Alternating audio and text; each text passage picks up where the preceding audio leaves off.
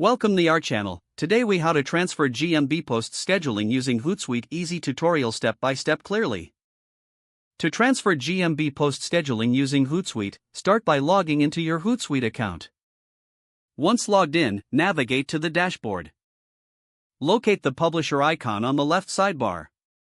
Click on Publisher to access the publishing tools.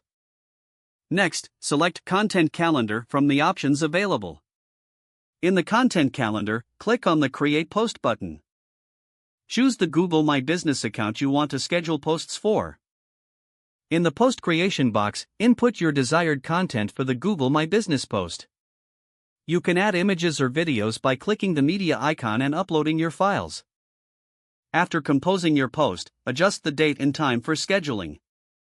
Use the scheduling tool to select your preferred posting time. Once you have set the date and time, review your post for any final edits. When ready, click on the Schedule button to finalize the scheduling. Your GMB post is now scheduled and will be published at the specified time.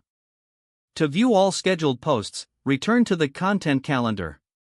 Here, you can manage or edit your scheduled posts as needed. This process simplifies your GMB post scheduling with Hootsuite.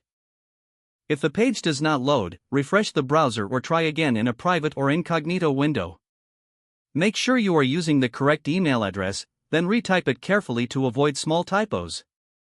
If your password is not accepted, use the reset option and create a new strong password you can remember. Check your spam folder for verification or security emails, then complete any requested confirmation steps.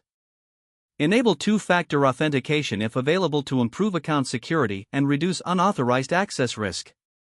After signing in, review your profile details so your contact information and settings are accurate and current.